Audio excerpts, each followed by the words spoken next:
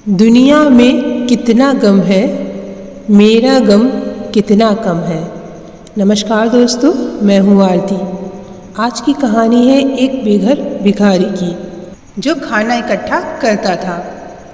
एक दिन उसने ध्यान दिया कि हर दिन उसका खाना गायब हो जाता है।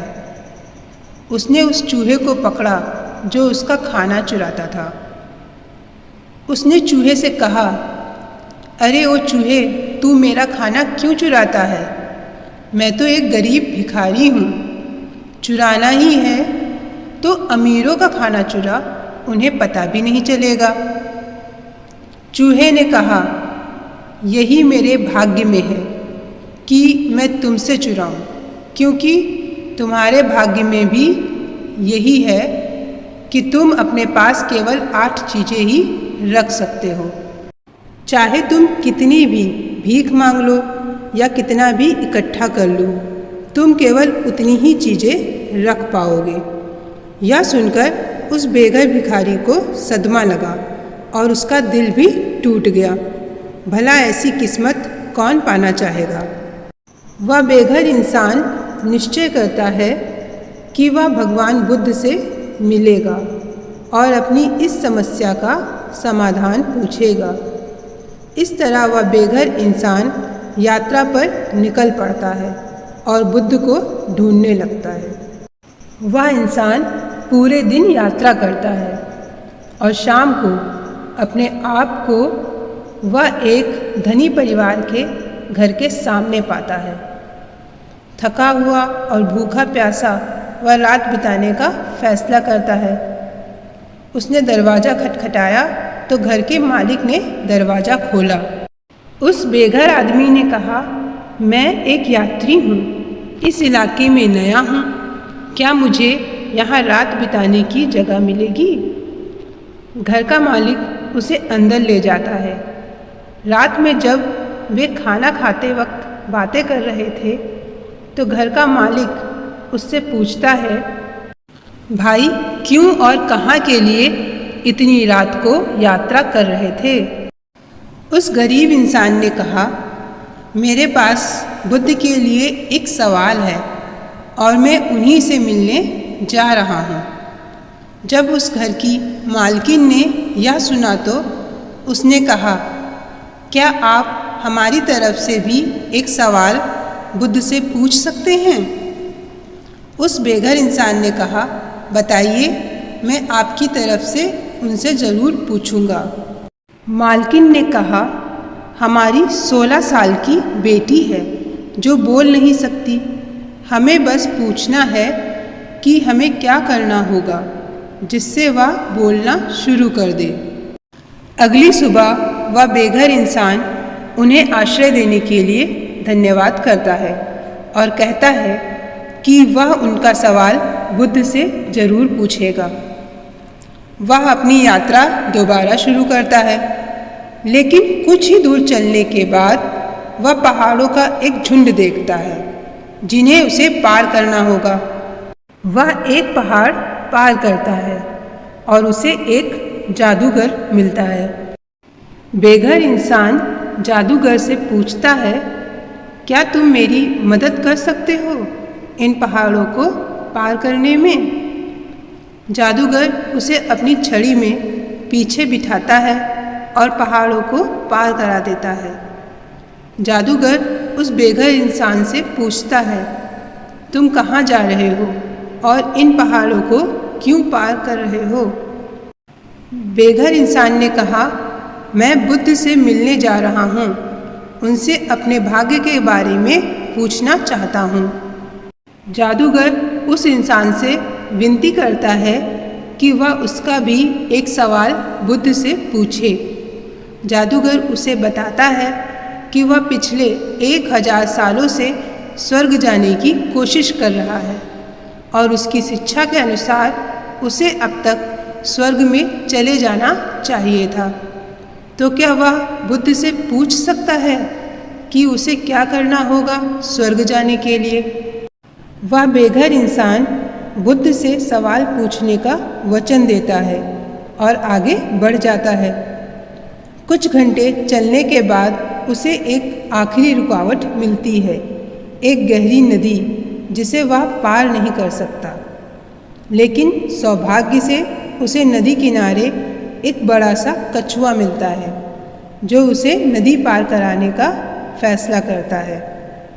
जब वे नदी पार कर रहे होते हैं तो कछुआ उससे पूछता है, तुम कहाँ जा रहे हो? बेघर इंसान ने कछुए से कहा, मैं बुद्ध से मिलने जा रहा हूँ और मैं बुद्ध से अपने भाग्य के बारे में एक सवाल पूछने जा रहा हूँ। यह सुनकर कछुए ने कहा, क्या तुम मेरे लिए उनसे एक सवाल पूछ सकते हो? मैं पिछले 500 सालों से एक ड्रैगन बनने की कोशिश कर रहा हूँ। मेरी शिक्षा के अनुसार मुझे अब तक ड्रैगन बन जाना चाहिए था। क्या तुम बुद्ध से पूछ सकते हो कि मुझे क्या करना होगा ड्रैगन बनने के लिए? वह इंसान नदी पार कराने के लिए कछुए को धन्यवाद करता है और उससे वादा करता है कि वह उसका सवाल बुद्ध से ज़रूर पूछेगा। वह बेघर इंसान बुद्ध को ढूंढने की यात्रा जारी रखता है और आखिरकार वह वहाँ पहुँच जाता है जहाँ बुद्ध रहते थे। वह भिखारी मठ के पास पहुँचता है और एक गहरी लंबी सांस लेकर सोचता है, आखिर आज मैं महान बुद्ध से मिलूँगा। वह उत्साहित और आनंदपूर्वक मठ के अंदर जाता है। वह बुद्ध को प्रणाम करते हुए कहता है, मैं एक गरीब बेघर इंसान हूँ और दूर देश से आपसे कुछ सवाल पूछने आया हूँ। क्या मैं आपसे वे सवाल पूछ सकता हूँ? बुद्ध ने कहा, हाँ बिल्कुल पूछ सकते हो, लेकिन मैं सिर्फ 3 सवालों के जवाब दूंगा। वह इंसान हैरान हो गया क्योंकि उसके पास तो 4 सवाल थे। उसने बुद्ध से कहा, लेकिन मेरे पास तो 4 सवाल हैं।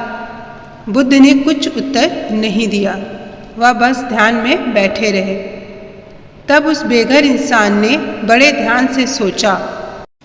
पहले वह उस कछुए के बारे में सोचता है। बेचारा कछुआ 500 सालों से उस गहरी नदी में ड्रैगन बनने की आस में है। कितनी मुश्किल होती होगी उसकी ज़िंदगी उस गहरी नदी में। फिर वह जादूगर के बारे में सोचता है जो 1000 सालों से जी रहा है स्वर्ग में जाने की कोशिश में। वह बेघर इंसान सोचता है कि 1000 साल तो बहुत लंबा समय होता है, अब तो उस जादूगर को स्वर्ग जाना ही चाहिए। आखिर में वह उस लड़की के बारे में सोचता है जो अपनी पूरी ज़िंदगी जीने वाली है बिना कुछ बोले। आखिर बिना कुछ बोले कैसे वह लड़की अपनी पूरी ज़िंदगी जिएगी? यह तो क्रूरता है, पाप है। फिर वह अपनी तरफ देखता है और सोचता है कि मैं तो बस एक बेघर भिखारी हूँ। मैं वापस अपने शहर जाकर भीख मांगना जारी रख सकता हूँ। मुझे इसकी आदत है।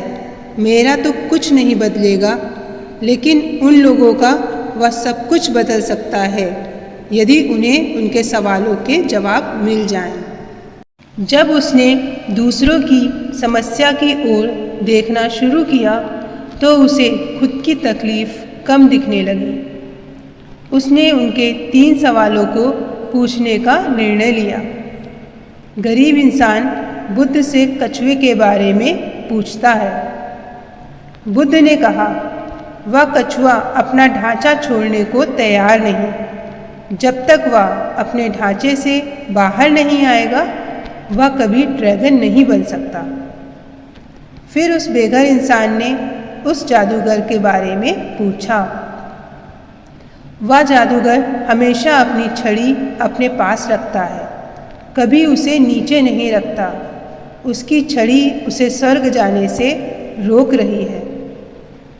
अब बेघर इंसान ने उस लड़की के बारे में पूछा। बुद्ध ने कहा, वह लड़की जरूर बोल पाएगी जब वह अपने हमसफ़र से मिलेगी। अपने तीनों प्रश्नों के उत्तर पाकर वह बेघर इंसान महान बुद्ध को प्रणाम करता है और खुशी खुशी वहाँ से चल देता है। रास्ते में वह उस कछुए से मिलता है। उसने कछुए से कहा, तुम्हें बस अपना ढांचा निकालना पड़ेगा और तुम ड्रैगन बन जाओगे। वह कछुआ अपना ढांचा निकालता है और उस ढांचे के अंदर बेशकीमती मोती थे जो गहरे समुंदर में मिलते हैं, और वह उस बेघर इंसान को दे देता है। कछुआ उस बेघर इंसान का धन्यवाद करता है और ड्रैगन बनकर वहाँ से उड़ जाता है। अब वह इंसान उस जादूगर से मिलता है और उससे कहता है, आपको बस अपनी छड़ी जमीन पर रखनी होगी और आप स्वर्ग जा पाओगे। यह सुनने के बाद वह जादूगर अपनी छड़ी उस बेघर इंसान को देता है और स्वर्ग की ओर चल पड़ता है। अब उस बेघर इंसान के पास कछुए का दिया हुआ धन था और उस जादूगर की छड़ी भी थी। वह उस जादू की छड़ी में बैठकर उस परिवार के पास जाता है जिसने उन्हें रात में रुकने का आश्रय दिया था। वह परिवार उसे देखकर बहुत खुश होता है। बेघर इंसान उन्हें बताता है कि आपकी बेटी बोल पाएगी जब वह अपने जीवन साथी से मिलेगी। उसी क्षण उनकी बेटी नीचे आई और बोली, क्या यह वही आदमी है जो पिछले हफ्ते भी आया था? वह लड़की और उसके माता पिता हैरान थे। वह उस बेघर इंसान की तरफ देखते हैं। वही उस लड़की का हमसफ़र था। माता पिता ने उसकी शादी कर दी और वे खुशी खुशी रहने लगे। दोस्तों, यह कहानी हमें बताती है कि अगर आप दूसरों के लिए दिया जलाते हैं तो यह आपके रास्ते को भी रोशन कर देता है। उम्मीद करती हूँ कहानी पसंद आई होगी। फिर मिलेंगे, तब तक स्वस्थ रहें, मस्त रहें। धन्यवाद।